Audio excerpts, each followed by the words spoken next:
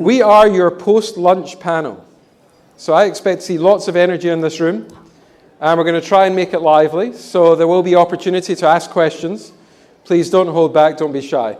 I'm Kevin Sneeder, and I have the pleasure of moderating the panel this afternoon, and I'm delighted that we have, I think, a fairly eclectic group of colleagues who can cover this topic of the middle class in Asia from many different angles. The angle of the entrepreneur, the large corporate, the insurance company, the family industry. We've got a lot of different perspectives, and I think we want to get straight into the questions. Before I do that, just a moment on the panelists. You can read their bios at leisure on the app, or some of the materials already been given out. But Patrick falls under the heading, I think, a self-described serial entrepreneur.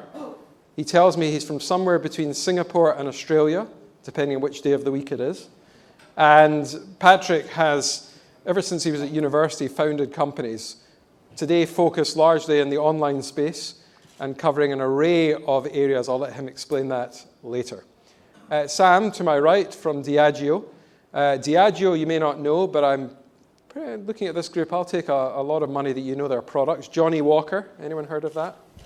I'm from Scotland, it's our finest. So Johnny Walker, I think you have some other products too, but we'll stick with the Johnny Walker as being the iconic brand that Diageo has.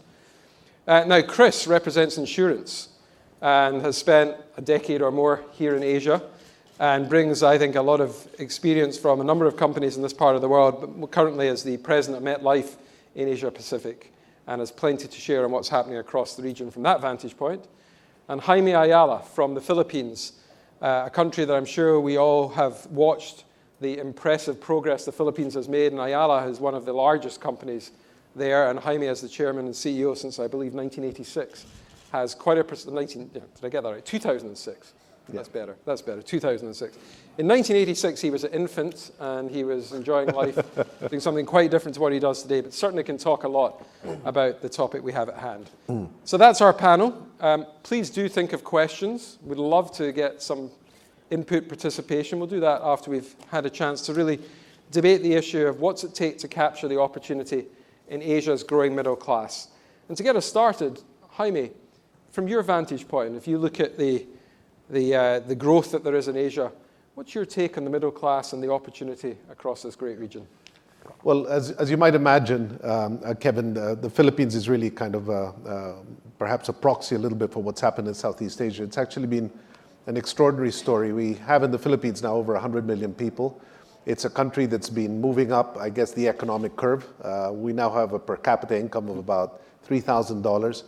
And I guess what we've seen in the recent past is with a country like ours, if you can get a stable macroeconomic environment to take place with a population that's relatively young and growing, it's just astounding the kind of geometric effect you can get on growth in a country like ours when the environment is conducive to loans at fairly low rates and the ability for people to invest with a clear path to the future. So you have a country like ours, we're driven mainly by remittances from abroad, which are now range in the $28 billion mark.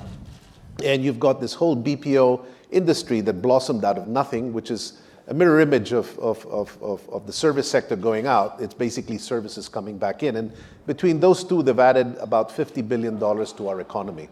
And so when you have a move like that and a young population, then you begin to get the kind of combustion that's necessary for growth to take place. It's been phenomenal. Many of our businesses are in the consumer side, and with the low interest rate environment that we've had and the kind of growth, our country has been growing at over 6% on average for the last 5 years. Then the housing takes off, the automotive takes off, consumer products take off, telecom services take off, and all the services that are linked to it in one way or another. So if we can see the Philippines a little bit as a proxy for the rest, I guess the main message I wanted to give is it's critical that leadership teams, I guess, provide a stable macroeconomic environment that is growth-oriented, a willingness to attract investment in, and then for governments and the public sector to address many of the bottlenecks that take place when this growth begins to take off. And I think that's the challenge. But it's been a great run, and I think for Southeast Asia as a whole, as the other gentlemen in this room I'm sure feel, they're all in similar conditions. So we face a demographic dividend in our part of the world that I think is unique in the world right now. Everyone's looking for consumer growth. as an answer, I guess, to their economic models. And to a certain extent, we have that in Southeast Asia. So it's been a wonderful time. And as you look ahead, you remain optimistic about the Philippines, specifically ASEAN more generally? I think both. We see ASEAN as sister countries in a region that is linked to each other increasingly through a common economic market of one kind or other. We're all separate countries, but there have been a number of agreements, both at the APEC level and the ASEAN level, that's brought us closer together. I think people understand that potential. I think if we market ourselves as a region rather than as countries, that gives us a unique strength. Of course, the countries vary in development. You've got the Singapores on one end and Myanmar's on the other, and the rest of us in between. But as a community of nations coming together with a market that's increasingly integrated, the potential is very large. And I think many of us who do business in this part of the world see not only our country as a market, but the rest of the region as a market, and it's an exciting time. Okay, well, we're going to get into the whole topic of the middle class and how that plays out across the region. So we'll hold the thought on ASEAN, but we will certainly come back to it. Chris, turning to yourself, I mean, a lot of your business is looking north to China. Yep. Again, your take on where the opportunities as you look across your business, Asia more generally, where would you highlight? So the middle class represents an enormous opportunity for the insurance sector, but the middle class, by the very nature across the region, is very diverse in terms of the size and what it means to be middle class. So it might mean an income of $10 a day in Vietnam through to $100 a day of disposable income in North Asian markets of Japan, for instance. So one size doesn't fit all, and that's definitely a key when you're looking at the middle class around Asia. So we like to think of it in terms of people get into the middle class when they effectively have discretionary spending power once all basic needs have been met. So then if you look at the Asian middle class overall, there are some common traits and behaviors in terms of the way the middle class consumers behave here, which are different to the West. And if you think about that in sort of 3 or 4 main areas. First of all, it's a very urban population. You've got a situation where by 2030, half the population will live in urban centres, and that comes with it unique buying qualities. And that half will represent 85% of the wealth of the region. Secondly, they're an eternally optimistic bunch. I think 4 of the 5 most optimistic countries in the world are here in Asia, which is a prerequisite for discretionary spending. So they're a happy bunch. I'm not sure if it's so who are the most optimistic countries? That's our secret sauce. All right, sorry, we can't talk about that. Okay. The third is in terms of what they actually believe in and what their wants are. So if you think about it from a financial services perspective, they're very concerned around their health, okay. And then it's around family, education, and retirement. So then you think about family, and you think about the fact that half of Asia still lives in multi-generational households. It gives you unique perspectives compared to the West. And then I think the fourth and probably most interesting is the adoption of digital to the Asian consumer. So many Asian countries are leapfrogging some of the normal distribution channels you see in our insurance sector, and they're getting to digital much quicker. So if you understand those 4 traits, it'll help you to give quite meaningful, I think, value propositions to the customers. And then finally, for insurance as a whole, just some numbers around this. The protection gap, which is the gap which basically an individual needs for their health and retirement needs compared to what they've got in their savings, their life products, and their retirement pot, is about $60 trillion. So if you think about that, and the fact that no government can really fill that need, there's tremendous opportunities for well-placed private insurers. Sounds like you're optimistic as you look ahead at the... One of the 4 or 5. Yeah. One of the 4 or 5. English aren't known for their optimism. Stop. That's okay. Scott. All right. Moving to the more optimistic southern half of the hemisphere. Sam, your take. Where is the opportunities here in Asia as you look at the middle class and its evolution? Well, first of all, thanks for having me again. It's terrific to be back here at the Milken Institute. And just a little bit more about Diageo. It's not a name that many people know. It's a young company, but we are one of the world's largest alcoholic beverage companies, predominantly in spirits with brands like Johnnie Walker, like Smirnoff, and Baileys. But we've also got a beer business that owns Guinness. So my apologies for the afternoon session, for not bringing a little dram for you all, but it's something that maybe I'll bring next time. If you get reinvited again. If I get reinvited again. You heard it Thanks, here. Kevin. Okay, note that. But look, in relation to the middle class, I mean, we see across Asia, an enormous opportunity. I think we see premiumization, urbanization, and increasing, economic fundamentals. But I don't think it's as simple as just assuming that with wealth, with premiumization, with urbanization, people are going to naturally migrate into our brands. We can't just leave them sitting there and hope that because we're famous, we will suddenly be relevant for these consumers. I think we need to be, very cognizant of the fact that they're emerging with their own values, with their own likes and preferences, and they may well be different from what we're used to in other parts of the world. So I think consumer insight remains absolutely critical for us as a company. We need to understand what's important to these consumers. It's different market by market. They've got different habits, different drinking occasions. So, the emphasis on really understanding that emerging middle class consumer, I think is critical. I also think the competitive set is different. When we do start to interact with this emerging consumer, we find really significant local players that have been their customers for many, many years. So they've built loyalty, they've built a really deep understanding of those consumers, and we need to be cognizant of, again, that different competitive set and make sure that we're properly set up, to succeed. And often that means a slightly different approach. We need to have innovation that's able to meet whatever needs we're identifying. And we need to have innovation models that allow us to move at the pace of our local competitors. Because it's no good if we take these insights back to our tech centres in London or the US and 6, 8, 12 months later get solutions, because by that time the whole market's moved on and so have our competitors. So it really is a different business model, it's a different mindset for us. There's no doubt the opportunity is there, but I think that we need to be humble in acknowledging that we need to do things differently if we're going to access them. I'd love to come back to this notion of what's different you started to get into, and also this point about how to understand the middle class, understand the consumer behaviours. But let's just hear from Patrick before we do follow up on some of those points. You come at this from the vantage point of an entrepreneur starting a business and building it. As you look across the region again, how do you see the opportunities? Look, I think the growing middle class is, in this part of the world, is probably one of the greatest business opportunities out there. I mean, my entire entrepreneurial career has been based on this trend. And I'll tell you some interesting stats. I mean, we're digital entrepreneurs, we build and grow digital companies. And for us, when you're in a region, so let's talk about ASEAN as an example, you're in a region where anywhere between 20 to 40 million people a year move from lower class to middle class. So every year you have this massive tailwind of, say, 30 million people who need a job, need to find a place to live, need to find a car, want to be entertained. And we've built online businesses that cater to each of these niches. And what I find really phenomenal is that if we use the number of people with internet connectivity as almost as a proxy for how many people are in a middle class.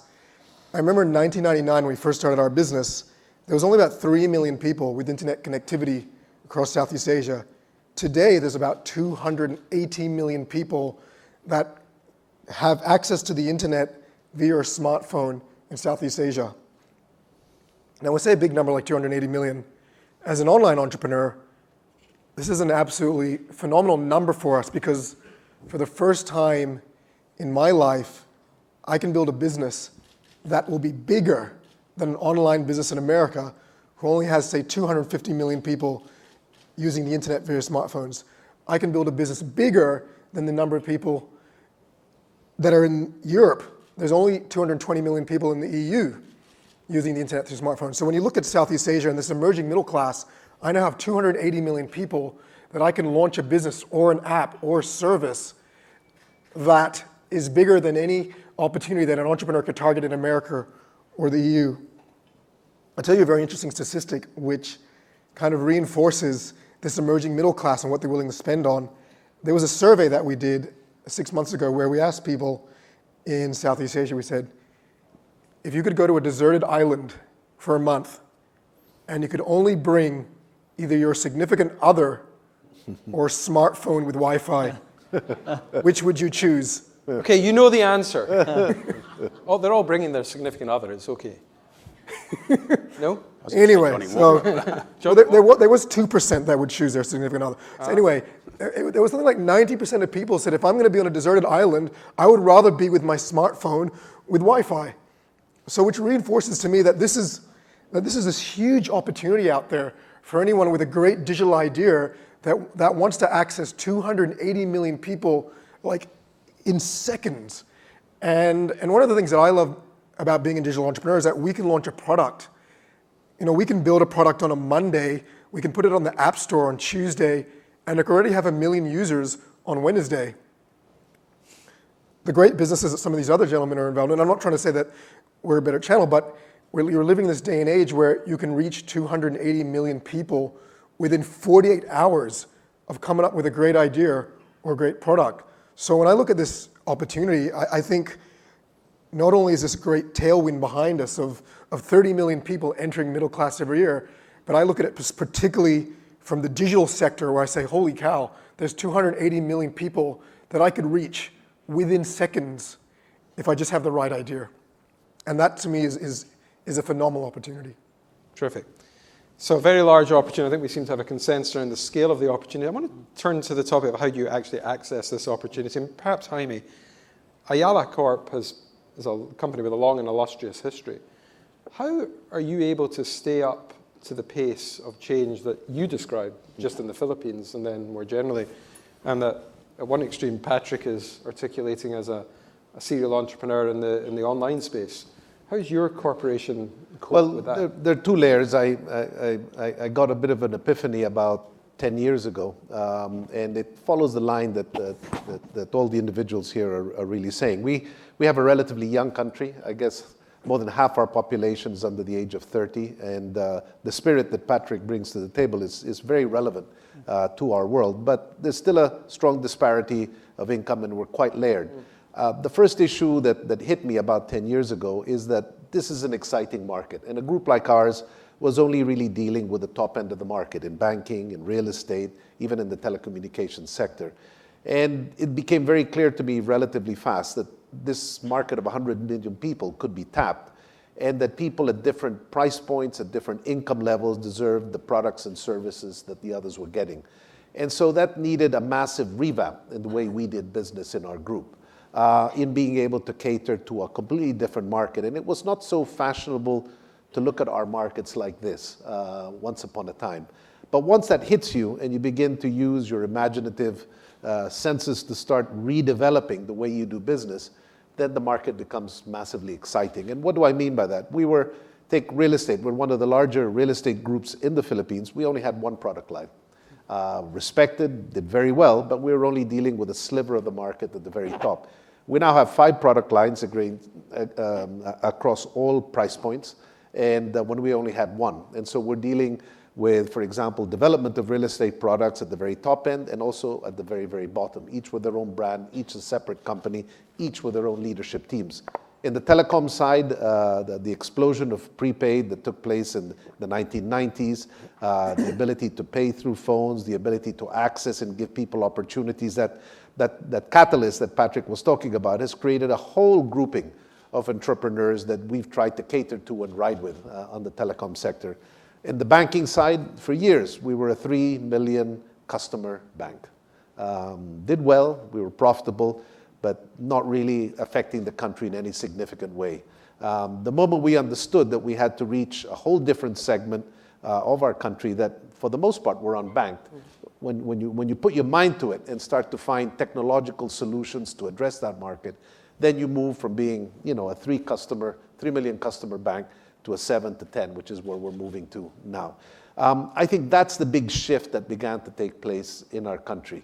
Really seeing the market as a whole and their desire and ability to enjoy the same products and services as everybody else, but at different price point and with a different service composition as the great opportunity. And whether it's in spirits, whether it's insurance, whether it's in the internet space that Patrick was talking about, it's a very exciting market. And add to that there is a great deal of aspiration beginning to take place in our markets. People want to move up, they want to work, they want to earn, and the region has been doing well. And I think there has been a desire for people to work hard, to be able to aspire to broader and bigger things. But I think the big shift that took place was the technology shift that took place that Patrick was referring to, that's given people access to information and opportunities like never before, number one. Number two, it changed the way business got done globally. In our case, the Philippines, we profited from people bringing services to our country and using technology to develop those services using our people and delivering those services at a different price point abroad.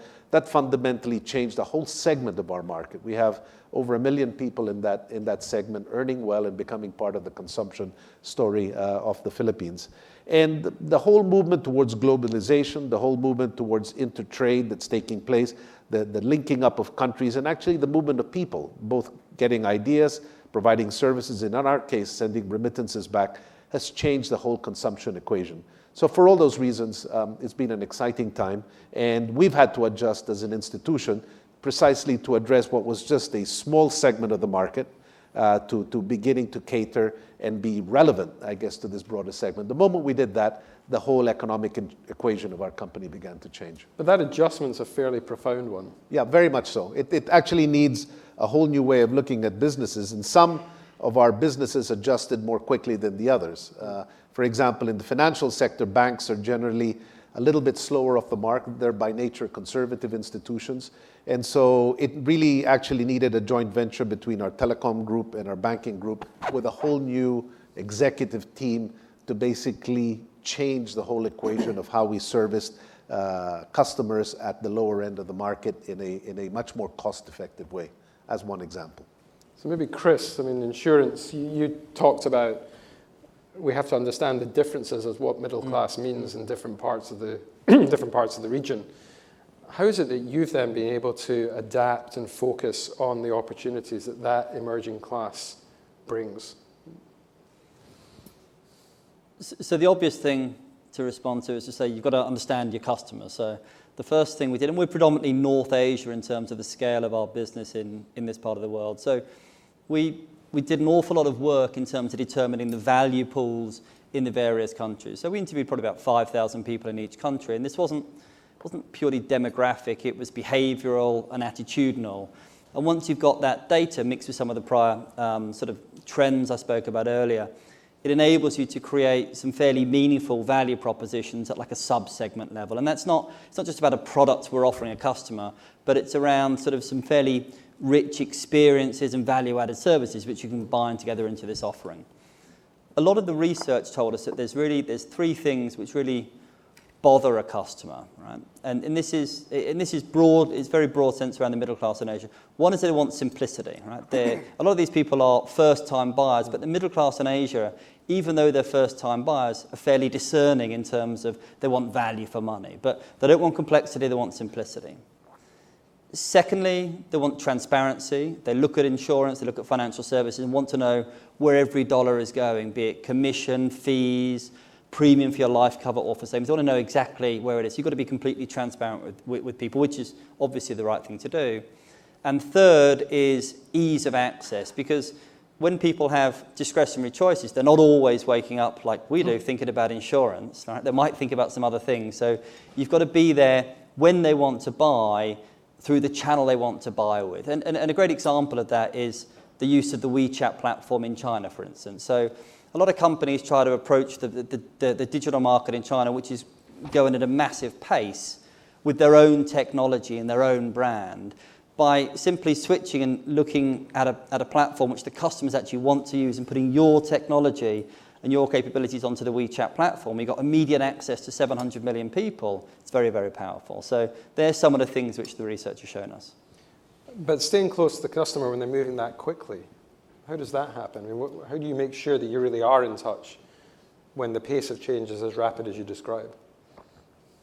So to Jaime's point, it's about different talent as well. So I don't think, bear in mind the insurance industry is a few hundred years old, okay, and the pace of change in Asia is quicker than anything you've seen around the rest of the world. So they leapfrog different distribution channels. So from a talent perspective, you've got to set yourself up for success. And for instance, I was talking to Patrick earlier, we've If you think about the big trends which are driving all of that change in the industry and that growth in the industry, it's around health, wealth and retirement. So we established here in Singapore something called Lumen Lab, which is an innovation lab basically. And the one rule we had is there can be no insurance people in that lab, right? So I didn't want I didn't want different historic views basically forming how we're going to attack this class in the future. No insurance people. No insurance people. One snuck in, but on the whole, there was we got 25 people in there from a tech background, a medical background, a private equity background. So it's new minds looking at age-old problems to grow for the future, and that helps us to be relevant in terms of our offerings. Fascinating. And Sam, you describe a market that again is quite diverse, and you've got an array of products that span quite a diverse set of categories. But you also use words like premiumization, consumer. Can you talk to us a bit more about how it is that you access that middle class consumer that's now got discretionary, as Chris said, discretionary money to spend?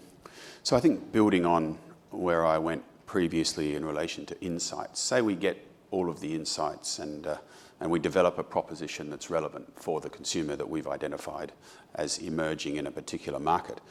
I think what Patrick says in relation to mobile is critical because these people are behaving differently, they're interacting with information differently, and they've got access to global information. So what we've found is previously where we would have a brand that was popular because it was global, because it was big, that is no longer enough. Middle-class consumers are looking for experiences. They're looking to understand your brand in a different way. They want to know the purpose, the values, and they want to know that that's relevant for their lifestyle. So, for example, a brand like Smirnoff, which is one of the largest spirits brands in the world, when we were looking at how we were going to reposition this brand for a middle-class consumer globally, we needed to ensure that we gave that brand a real purpose, some values that people could identify with, and we chose inclusion. And so Smirnoff as a product stands for inclusion, whether that be through heterosexual, homosexual, transgender. And then we built platforms that we launched through mobile and social networks that started to interact with consumers in a completely different way than we ever had before. So we've given the brand a real purpose. We've put advertising campaigns specifically designed for these millennial middle-class consumers that have got access to different levels of information globally. And we've given the brand a purpose. Now, not everyone is going to like that purpose, but that's fine because it's up to the consumer to decide. So I think that's the first thing. It's about experience, it's about ensuring that your brands are relevant for the consumers that you're ultimately marketing to. And that is the case for Asia's middle-class consumers because they've now got access to so much more information. Just to clarify one thing, that positioning, for example, and forget whether it's Smirnoff or not, are you able to then apply that across the region, or do you have to, reflecting on Chris's earlier comment about the differences as to what middle class means in different parts of Asia, it means something quite different in Vietnam to Cambodia to here, or are you having to change, adapt, adjust, or can you take a global position and apply it in this part? I think there's a level of adaptation. I think we would hold a global position because it's a global brand. So our global position is that we stand for inclusion, that we're open, but we might interpret that differently at a market level based on what we're learning in the market. I think the second thing is access. When we're talking about the middle class, you're talking about significant scale. The numbers Patrick's talking about are really enormous. And so that's got some significant route to market implications for us. Where we might be servicing a relatively niche population in some of our markets today, as we look at expanding that into a much broader consuming base, it does have significant implications for our route to market. Now, in some instances, you can skip some of that infrastructure cost through e-commerce, but e-commerce is developed differently across Southeast Asia than, say, China. So you still need to make quite significant investments in ensuring that you are accessing the middle class consumer with a genuine scale route to consumer. So I think that social element through mobile and the scale in route to consumer are key ingredients to couple with the insight, the innovation, and the proposition. Patrick, in your world, things are new, bright, and shiny. So are you doing this research? Are you getting consumer insight, or how are you doing it? No, I mean, we spent a lot of time getting consumer insight, and one of the reasons why, and Sam, Chris, and Jaime touched on it, is we know there's a huge target market out there, but I'm a huge believer that you just can't take an idea that worked in the West, cut and paste it, or white label the business model, and then dump it in these markets. And I believe that there's actually a lot of time needs to be spent on localizing the product, the price point, the distribution, the flavoring, the go-to-market strategy. And I give you some examples from our sector. I've been a crazy online entrepreneur since 1999, and for the first 10 years of my journey, like, we would just cut and paste. I would just look at, oh, there's a business model that worked in Australia. Oh, there's a business model that worked in America. We're just going to reverse engineer the business model and literally exactly copy that business and launch it in Singapore, Malaysia, Indonesia, Philippines, Thailand, et cetera, et cetera. And that's what we did for the first 10 years. And you know what? It just failed miserably. It didn't work. And what we've found instead of the last 6 to 7 years is that you can look at the West as your initial source of inspiration, but then you really need to localize the business model. And I don't mean just put something in Thai or put something in Indonesian or put something in Kadago. I mean, you literally need to reverse engineer and customize the business model for the local tastes, the local infrastructure, the local structural challenges. So I'll give you an example with iFlix. iFlix is probably one of Southeast Asia's most successful OTT services. There's a company you might know called Netflix. Netflix is basically an inferior American version of iFlix. When we launched, we said, well, hey, we could just copy Netflix. And there's a number of people who have done that throughout the region and haven't found the cut through. And one of the things that we realized very early on was, okay, yes, we need local content. Number two, we need local distribution, so we would partner up with telcos and ISPs as a very core part of our distribution platform, which is actually the complete opposite of what the other company does in America. But thirdly, which was very, very different and very localized, was that because we realized the instability of the telco and broadband networks in this part of the world, we were the first OTT service to have a download now and watch offline feature. This is now a feature that's quite common, but when we launched it 6 months ago, we were the first in the world. And what we found was that within 2 months, it became 1/3 of our daily volume was this feature that no one else in the world has ever launched before. And back to my point that we were able to grow by another third because of just one idea that was very, very localized that we realized would work tremendously well in Southeast Asia. It might not work in the West because you have very consistent, reliable infrastructure, but we knew that in these markets, we really needed to localize this particular part of our product. And so I'll give you a statistic. The average daily viewer on iFlix in the Philippines, in a market that Jaime would know well, watches iFlix for 3 hours a day.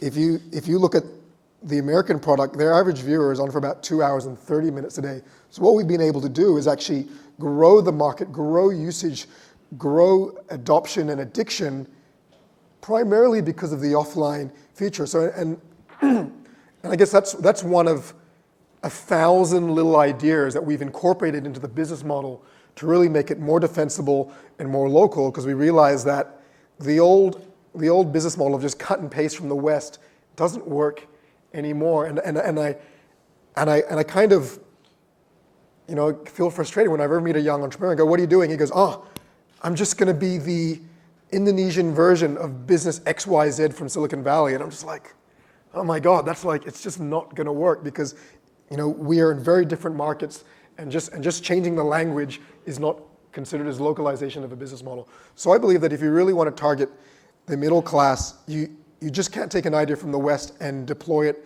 and drop it in these markets. You've really got to localize thousands and thousands of little bits and pieces of the business model, so that at the end of the day, when you actually look at your business, it's very, very different from the initial business that you were inspired by.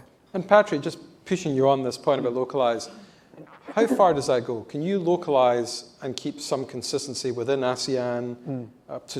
How far do you have to localize? Talk to us about the variability, even within this region, for example. Okay, so back to the iFlix example. We're OTT service in all of the ASEAN markets except Singapore. We have local translators in every market. Every one of them. Yep.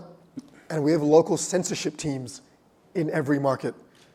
Whereas people would think, well, why don't you just have the same censorship team do it for all of Southeast Asia? And we found, no, like what Indonesians consider respectable is very different from what Filipinos consider respectable. What Thais consider is very, very different. So back to what I've said earlier, like we believe fundamentally that the success of targeting the middle class is extreme localization, then we actually should incur the additional cost of having translators, subtitlers, and editors in every domestic market. So that means, you know, in the 4 markets that we've gone live in, there's probably 80 people today on our payroll whose sole job is subtitling. And they're in every domestic market. Everyone.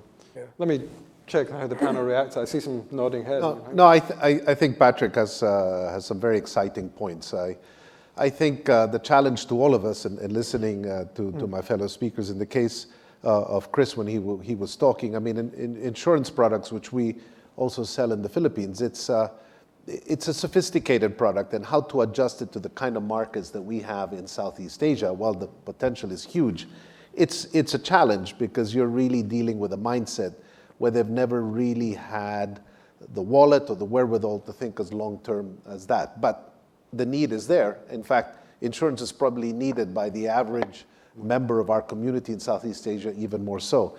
In the case of Sam, you know, this aspiring new middle class that's coming up, they aspire to a different lifestyle to the one they've had, and the products that Diego has very much fits into that. And you see, as I said, it's a young community, and the light entertainment industry, the going out at night and all that, it's just alive, particularly in the urban environments in countries like ours, and it must be great for the business. In Patrick's case, it's really finding that combustion that begins to take place. Patrick's looking at it from the angle of an entrepreneur who's looking at this market and using technology shifts to access them in new ways. In the case of iFlix Entertainment, and it's a massive market. And I think to have new products that basically transform the space, adjust to local needs, it's a fascinating thing, and it's only been made possible by the infrastructure that's been brought out. But in the end, it's really about these communities continuing to grow. And I think the other side of the equation, Kevin, is how do we keep these Southeast Asian countries progressing and growing the way they have? The potential for the 4 of us is clear, and we've all talked about it. But generally, I think we've had a community that's grown faster than expected.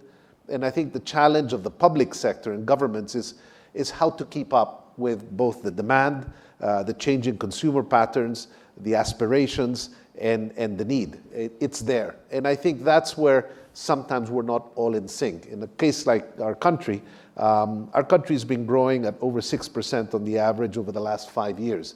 But with that, you really have arteries that are clogged. The ability to get in and out of the country is not so easy. We're 7,000 islands. It's not so easy to move, logistics, etc. All of the hard stuff, the maintenance, the working, the gears that keep that engine growing, that's, I think, where capital has to be deployed, either by the public sector or by the private sector in new ways to make all of that happen. And what do I mean by that? The broadband highways have to be developed in a much faster rate than before. The road networks, the port, the sea, the delivery, even products, consumption, getting a drink from Diego from one end of the country to another. It's 7,000 islands. Indonesia also has, you know, that kind of setup. How do you move products at cheaper rates? All, I guess, the bricks and mortar of making all of this work needs to move up to a new level in Asia. And so I think the whole investment in infrastructure, both the public and the private sector, and the private sector's engagement in it, has to move up to a different level and get executed. And I think the job of the public sector and government leadership is to move that to a different level. I think the demand will take care of itself. I think the private sector is imaginative, will find solutions to get access to the public. The internet, the telecommunications revolution is making things much more accessible than before. But how to adjust to making those gears work more smoothly for the people in general and bringing those costs down is is a big challenge we all face. When you raised the topic, some of the barriers to accessing this opportunity, maybe if we can pick up on that for a moment, because we've obviously talked about the very attractive opportunity that there is out there, but at the same time, we don't want to leave everyone thinking it's just easy. There are some real barriers here. Chris, I mean, you've been on this subject elsewhere. Right, and digital's I think the main area I'd go there. If you think about the demand side that Jaime just mentioned, it's absolutely there in terms of people's propensity to purchase product through mobile. It has to be an omni-channel offering of which digital is a part. But from a regulatory perspective, there's tremendous demand and requirement to use digital, but some of the regulatory barriers at the moment are slowing the whole process down. And you've got to get the balance. You've got to get the balance right in terms of allowing people access to buy financial service products online, but also protecting people in terms of cyber security and privacy. If you get either of those wrong, you've got a big trust deficit, which will take years to overcome. So I understand entirely the regulators' somewhat hesitant approach in terms of adopting this, but I think the public sector and the private sector have got to get together to try to overcome this. So there are some really good things in play. You see it here in Singapore, what the MAS has done with the innovation sandbox, I think they call it. There's innovation platforms in Hong Kong. And there's recently been some sort of opening up in terms of the digital sector in China, which is quite encouraging, but overall, more needs to be done. So? Well, I think we also are in a heavily regulated industry, and ensuring that we've got policy implementation that allows us to aggressively deploy capital so we can grow our businesses is also important. We do see in some instances quite prohibitive tax structures for importers as opposed necessarily to local producers. I think another barrier for us is scale. We are, as I mentioned, competing against some really significant businesses, and we need to ensure that we've understood the opportunity and that we've married that with our rights to win, so that when we do deploy, our capital, we've got a reasonable chance of success. And then, there's just this. This real need to ensure that we understand the landscape that we're entering, and whether that's the digital landscape, the e-commerce landscape, or the competitive landscape. I think that ultimately for us, there'll be selective participation based on a policy and legislative environment that allows us to compete, and that we've got insights and a portfolio that we think is relevant. And that we've got, those ingredients aligned so that we can then go and invest. And I think there's various stages of development across Asia. If I think about Indonesia, for example, we're not allowed to sell our products in the off-trade, so that really removes us from kind of 50% of the consuming opportunity.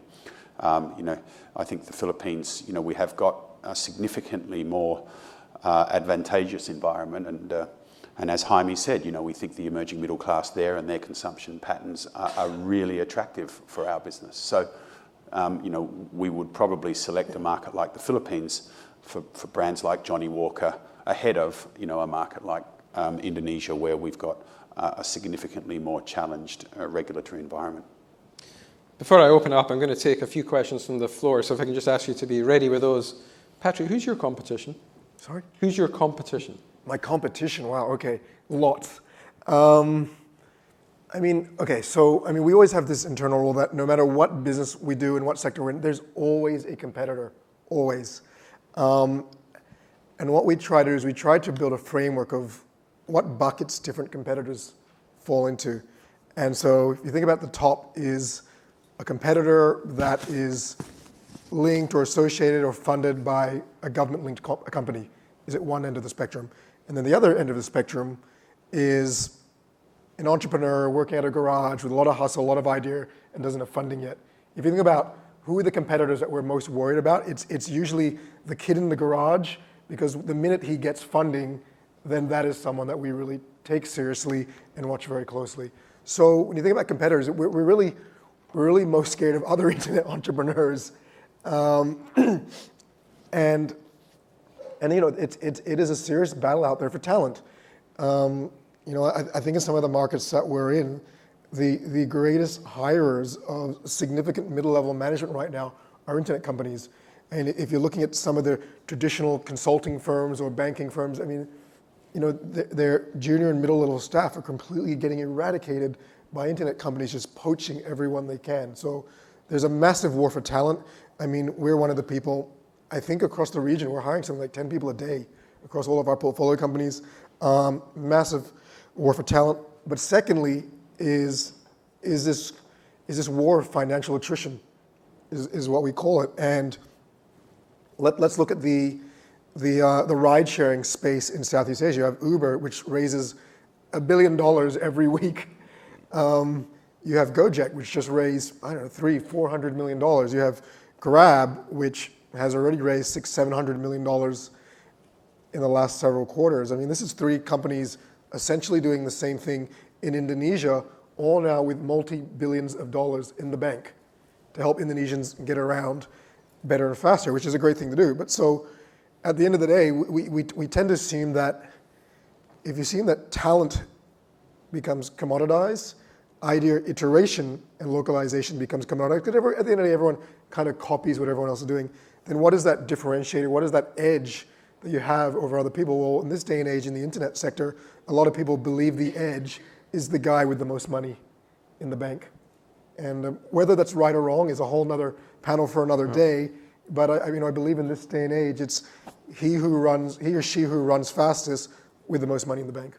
Maybe, Kevin, if I can just add one last thing. Patrick's been making me think.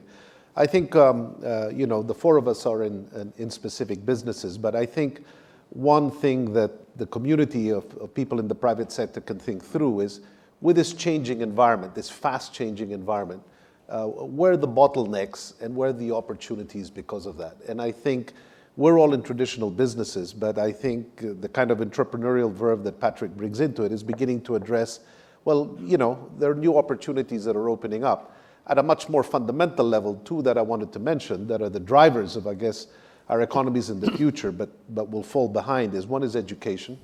All the countries that the 4 of us have been talking about in this part of the world have some fairly structured education environments. And I guess one challenge we all have is, how do we gear up that educational challenge and contribute to it in a way that begins to transform both the consumer and the workforce of the future? I don't think all our governments have the answer. In fact, most of them are suffering finding solutions to this. I think there is a role for the private sector in this space and can add capital and new ways of thinking, particularly bridging the gap between education and employment, where, for example, in a country like ours, the vast majority of people who enter the workforce have just gotten a high school education. So that's one. The second one is the healthcare sector, which is being transformed by all the telecommunications and internet industries. Many people in our countries, probably don't even see a doctor in their lifetime. How to get them access to advice, to healthcare in new ways is an exciting new opportunity at a time when wealth is being created. So I guess the last thought I wanted to leave, Kevin, is that with these shifts and changes taking place in Southeast Asia, with the demand, with the aspirations, with the growing income, there are tremendous opportunities to bring what were being very traditional services to a whole new level. And some of them have been really in the area of the public sector, which perhaps we can now get the private sector to also be engaged in. It's just a thought. Thank you. Well, I just want to see if there are a couple of questions from the room. So if you can just indicate. Okay, we'll go down to the front here. I think we have a microphone. And if you can just let us know who you are and where you're from, that would be terrific.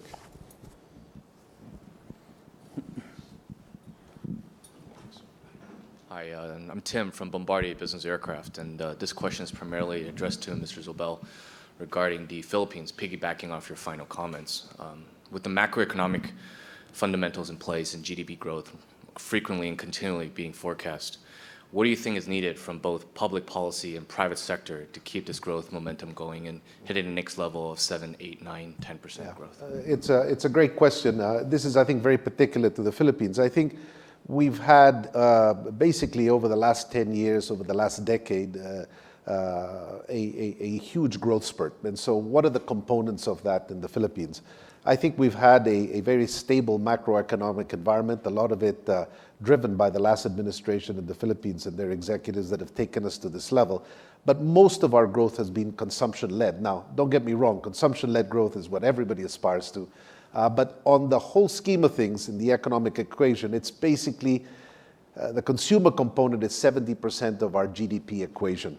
And I think what we need far more of in our country is the capital allocation, the capital accumulation, and the foreign direct investment that the country needs to build a, robust platform for both the infrastructure and a whole range of other services that the country needs. So while we're probably top in ASEAN on the consumer growth side and the GDP equation, we're pretty much at the bottom in terms of attracting foreign direct investment. So if I were the head of a public institution or the leader of a country, I'd be thinking through what can I do to attract the kind of capital that's going into Vietnam and Indonesia, Thailand, and make it also come to the Philippines.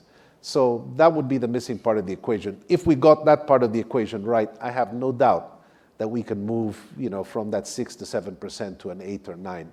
And as a last thought, I think one thing that forgets, and is very particular to our country, we're a country of 100 million people, probably with one of the faster population growth rates. But what happens with that is a mathematical equation, is if your economy is growing, but your people are growing, your per capita income basically stays still. So you can be growing as a market, but your per capita income roughly stays the same. We have to grow between 7 and 10% mathematically to be able to get that per capita income for a population like ours, and that's growing like ours, to start moving up from the $3,000 per capita range to hopefully someday the $10,000, $12,000. And then the economic equation changes. So I think what we're missing right now is basically deployment of capital for hard infrastructure and the foreign direct investment that's needed for it. Thank you. Any other questions? Love another question? Yes. Hi, I'm Karan Telani from World of Diamonds Group. You're a diamond mining company based in Russia. Just wondering what the panel's insights are. Do you think there is a crisis looming in Asia here? I mean, my friends running supercar franchises and dealerships are not selling anything. They're saying sales are off the cliff. Our clients are not selling diamonds because, for whatever reason. And then you have got sanctions in Russia, which makes, planes are impounded, I believe, and then there are no more banking secrecy laws that exist in this world. So what do you think will be the future of real estate? And I mean, it's going to have a big impact on the middle class, wouldn't it? Okay, is there a looming crisis? We have 4 minutes and 13 seconds to answer that question. Who wants to go first? Sam? I mean, I think that we all believe the fundamentals of Asia are strong, that demographics are strong, that ultimately GDP and growth will be strong. I think what we all need to understand is that won't necessarily be a linear line of growth, that we're going to have some volatility in certain markets, there'll be some bumps in the road. And I think I'm not just talking about political and economic volatility, I think I'm also talking about consumer volatility, where consumers are changing very, very quickly based on their access to information and technology and different purchase patterns. So, my view is that the potential is assured. I believe that not only at an emerging middle class level, but also at a luxury level, Asia's possibility is immense. But it's not going to be a linear, safe, normal ride. We need to be incorporating, that volatility into our plans and ensuring that we're investing for the medium to longer term. Long term, the fundamentals are there, they're evident, they're crystal clear. The life assurance industry in Asia represents a third of the global industry, but long term, it's well north of 50% of the growth. So I firmly believe in terms of the underlying fundamentals. There might be some bumps in the road, as Sam said, but long term, we're in reasonable shape. Jaime, you must have seen some ups and downs in your period as the leader of one of the largest corporations in this part of the world. Your view? On the shifts that are taking place? Is there a crisis looming? I don't think so. I think, I tend to be an optimist, so I don't see a crisis looming at all. I see a great deal of opportunity, but I feel that opportunity will be lost if we all don't do the things that are needed to basically capture that growth.